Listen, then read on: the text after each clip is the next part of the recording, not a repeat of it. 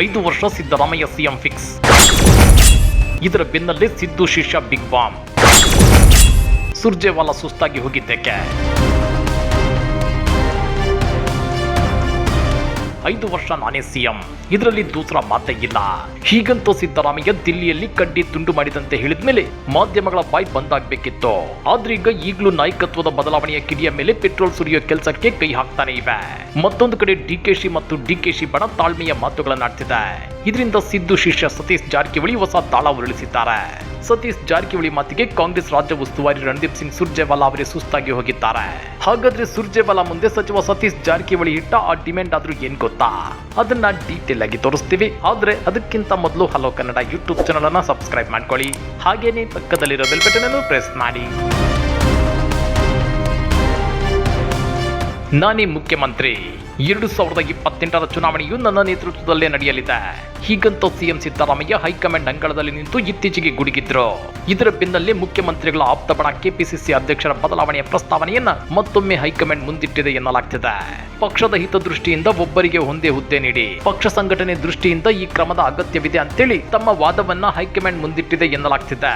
ಕಾಂಗ್ರೆಸ್ ರಾಜ್ಯ ಉಸ್ತುವಾರಿ ರಣದೀಪ್ ಸಿಂಗ್ ಸುರ್ಜೇವಾಲಾ ಸೂಚನೆಯೊಂದಿಗೆ ನಡೆಯುತ್ತಿರುವ ಮುಖಾಮುಖಿ ಸಭೆಯಲ್ಲಿ ಈ ವಿಷಯವನ್ನ ಸಚಿವ ಸತೀಶ್ ಜಾರಕಿಹೊಳಿ ಪ್ರಸ್ತಾಪಿಸಿದ್ದಾರೆ ಅಂತ ಹೇಳಲಾಗ್ತಿದೆ. ಈ ವಿಷಯವನ್ನ ಪಕ್ಷದ ಹೈಕಮಾಂಡ್ ನಾಯಕರಾದ ರಾಹುಲ್ ಗಾಂಧಿ ಮತ್ತು ಮಲ್ಲಿಕಾರ್ಜುನ್ ಖರ್ಗೆ ನೋಡಿಕೊಳ್ಳಲಿದ್ದಾರೆ ಅಂತೇಳಿ ಸುರ್ಜೇವಾಲಾ ರಿಯಾಕ್ಟ್ ಮಾಡಿದ್ದಾರೆ ಎನ್ನಲಾಗ್ತಿದೆ. ಅಷ್ಟಕ್ಕೂ ಜಾರಕಿಹೊಳಿ ಹೇಳಿದ್ದೇನು? ಸುರ್ಜೇವಾಲಾ ಜೊತೆಗಿನ ಮುಖಾಮುಖಿ ಚರ್ಚೆಯಲ್ಲಿ ಕೆಪಿಸಿಸಿ ಅಧ್ಯಕ್ಷತೆ ಬಗ್ಗೆ ಸಚಿವ ಸತೀಶ್ ಜಾರಕಿಹೊಳಿ ಪ್ರಸ್ತಾಪಿಸಿದ್ದಾರೆ. ಮುಂದೆ ಸ್ಥಳೀಯ ಸಂಸ್ಥೆಗಳ ಚುನಾವಣೆ ಇದೆ. ಈಗಿನಿಂದಲೇ ಪಕ್ಷ ಸಂಘಟನೆ ಆಗಬೇಕು. ತಳಮಟ್ಟದಲ್ಲಿ ಸಂಘಟನೆಯಾದ್ರೆ ಹೆಚ್ಚು ಸೀಟು ಗೆಲ್ಲಲು ಸಾಧ್ಯ. ಒಬ್ಬರೇ ಹಲವು ಹುದ್ದೆ ಹೊಂದಿದ್ರೆ ಗೆಲುವು ಕಷ್ಟ. ಹಾಗಾಗಿ ಬದಲಾವಣೆ ಒಳ್ಳೆಯದು. ಇದನ್ನ ರಾಷ್ಟ್ರೀಯ ನಾಯಕರ ಮುಂದೆಯೂ ಪ್ರಸ್ತಾಪಿಸಿದ್ದೇವೆ ಅಂತೇಳಿ ಸಚಿವ ಸತೀಶ್ ಜಾರಕಿಹೊಳಿ ಹೇಳಿದ್ದಾರೆ ಎನ್ನಲಾಗಿದೆ. ಆದ್ರೆ ಸಭೆಯ ಬಳಿಕ ಈ ಕುರಿತು ಸುದ್ದಿಗಾರರು ಕೇಳಿದಾಗ ಈ ವಿಷಯದ ಬಗ್ಗೆ ಯಾವುದೇ ಪ್ರಸ್ತಾಪ ಆಗಿಲ್ಲ ಅಂತೇಳಿ ಸಚಿವ ಸತೀಶ್ ಜಾರಕಿಹೊಳಿ ಸ್ಪಷ್ಟನೆ ಕೊಟ್ಟಿದ್ದಾರೆ. ಕೆಪಿಸಿಸಿ ಪಟ್ಟದ ಬಗ್ಗೆ ಯಾಕೆ ಆಸಕ್ತಿ? ಡಿಕೆನ ಕಟ್ಟಿ ಹಾಕೋ ಟೆಕ್ನಿಕ್ ಇದೆನಾ? ಕೆಪಿಸಿಸಿ ಅಧ್ಯಕ್ಷ ಪಟ್ಟದ ಬದಲಾವಣೆ ಬಗ್ಗೆ ಸಿದ್ದು ಬಣದ ನಾಯಕರು ಪದೇ ಪದೇ ಪಟ್ಟು ಹಿಡಿಯುತ್ತಿರೋದಕ್ಕೆ. ಒಂದು ಕಡೆ ಕೆಎನ್ ರಾಜಣ್ಣ ಕೂಡ ಇದೇ ಮಾತನ್ನ ಹೇಳಿದ್ರು.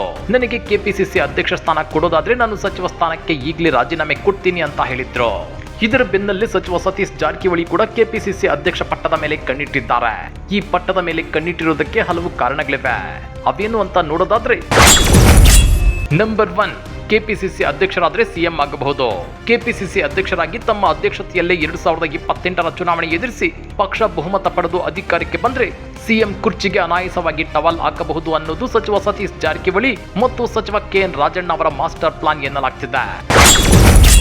ನಂಬರ್ 2, ಡಿಕೆ ಪವರ್ ಪಾಲಿಟಿಕ್ಸ್ಗೆ ಬ್ರೇಕ್. ಸಿಎಂ ಸಿದ್ದರಾಮಯ್ಯ ನಾನೇ 5 ವರ್ಷ ಸಿಎಂ ಅಂತ ಹೇಳಿದ್ಮೇಲೂ ಡಿಕೆಶಿ ಸಿಎಂ ಹುದ್ದೆಗೆ ಪರೋಕ್ಷವಾಗಿ ಟವಲ್ ಹಾಕ್ತಿದ್ದಾರೆ. ತಾಳ್ಮೆ ಮತ್ತು ಹೈಕಮಾಂಡ್ ನಿರ್ಧಾರದ ಬಗ್ಗೆ ಮಾಧ್ಯಮಗಳ ಮುಂದೆ ಹೇಳಿಕೆ ಕೊಡ್ತಿದ್ದಾರೆ. ಹೀಗಾಗಿ ಇದೇ ಟೈಮಲ್ಲಿ ಸಿದ್ದು ಶಿಷ್ಯರು ಕೆಪಿಸಿಸಿ ಹುದ್ದೆಗೆ ಪಟ್ಟು ಹಿಡಿದು ಒಂದೊಮ್ಮೆ ಡಿಕೆಶಿಯಿಂದ ಕೆಪಿಸಿಸಿ ಹುದ್ದೆ ಕಸಿದುಕೊಂಡು ಡಿಕೆಶಿಗೆ ಸಿಎಂ ಹುದ್ದೆಯೂ ಸಿಕ್ಕಿಲ್ಲ ಅಂದ್ರೆ ಡಿಕೆಶಿ ಪವರ್ ಪಾಲಿಟಿಕ್ಸ್ಗೆ ಚೆಕ್ಕಿಡಬಹುದು. ಒಂದೊಮ್ಮೆ ಅಪ್ಪಿತಪ್ಪಿ ಡಿಕೆಶಿ ಇದೇ ಅವಧಿಯಲ್ಲಿ ಸಿಎಂ ಆದ್ರೂ ಕೆಪಿಸಿಸಿ ಹುದ್ದೆ ಕೈಯಲ್ಲಿದ್ರೆ ಅವರನ್ನ ಕಂಟ್ರೋಲ್ ನಲ್ಲಿ ಇಡಬಹುದು ಅನ್ನೋ ತಂತ್ರಗಾರಿಕೆ ನಡೆಯುತ್ತಿದೆ. ನಂಬರ್ 3, ಡಿಕೆ ಸಿಎಂ ಹುದ್ದೆ ಪಟ್ಟುಗೆ ಬ್ರೇಕ್. ಇನ್ನ ಕೆಪಿಸಿಸಿ ಹುದ್ದೆಗೆ ಸಿದ್ದು ಬಣ ಪಟ್ಟು ಹಿಡಿದ್ರೆ ಡಿಕೆಶಿ ಕೆಪಿಸಿಸಿ ಹುದ್ದೆಯನ್ನ ಉಳಿಸಿಕೊಳ್ಳೋಕೆ ಮುಂದಾಗಿ ಸಿಎಂ ಹುದ್ದೆಗಾಗಿ ಪಟ್ಟು ಹಿಡಿಯೋ ಹೇಳಿಕೆಯಿಂದ ಹಿಂದೆ ಸರಿಯೋ ಸಾಧ್ಯತೆ ಇರುತ್ತೆ. ಹೀಗಾಗಿನೇ ಹೈಕಮಾಂಡ್ ಬಳಿ ಸಚಿವ ಸತೀಶ್ ಜಾರಕಿಹೊಳಿ ಕೆಪಿಸಿಸಿ ಹುದ್ದೆಗಾಗಿ ಪಟ್ಟು ಹಿಡಿಯುತ್ತಿದ್ದಾರೆ ಅನ್ನೋ ಮಾತುಗಳು ಕೇಳಿ ಬರ್ತವೆ. ಅದೇನೇ ಇದ್ರೂ ಇಷ್ಟು ದಿನ ಸಿಎಂ ಕುರ್ಚಿ ಬಗ್ಗೆ ಸುದ್ದಿ ಆಗ್ತಿತ್ತು. ಆದ್ರೆ ಈಗ ಸಿದ್ದು ಆಪ್ತ ಬಣದ ನಾಯಕರು ಕೆಪಿಸಿಸಿ ಹುದ್ದೆಗೆ ಟವಲ್ ಹಾಕಿ ಹೈಕಮಾಂಡ್ ಬಳಿ ಬಿಗಿ ಪಟ್ಟು ಹಿಡಿದಿದ್ದಾರೆ. ಇದರಿಂದ ಇನ್ಮೇಲೆ ಕೆಪಿಸಿಸಿ ಹುದ್ದೆಯದ್ದೇ ಹೆಚ್ಚು ಚರ್ಚೆ ನಡೆಯೋ ಸಾಧ್ಯತೆ ಇರುತ್ತೆ. ಈ ಬಗ್ಗೆ ನೀವೇನಂತೀರಾ? ಕಮೆಂಟ್ ಮಾಡಿ, ವಿಡಿಯೋ ಲೈಕ್ ಮಾಡಿ, ಶೇರ್ ಮಾಡಿ. ಇಂಥ ಮತ್ತಷ್ಟು ರೋಚಕ ರಾಜಕೀಯ ಸುದ್ದಿಗಳನ್ನ ಮಿಸ್ ಮಾಡದೆ ನೋಡಬೇಕು ಅಂದ್ರೆ ಹಲೋ ಕನ್ನಡ ಯೂಟ್ಯೂಬ್ ಚಾನಲ್ ಅನ್ನ ಸಬ್ಸ್ಕ್ರೈಬ್ ಮಾಡ್ಕೊಳ್ಳಿ.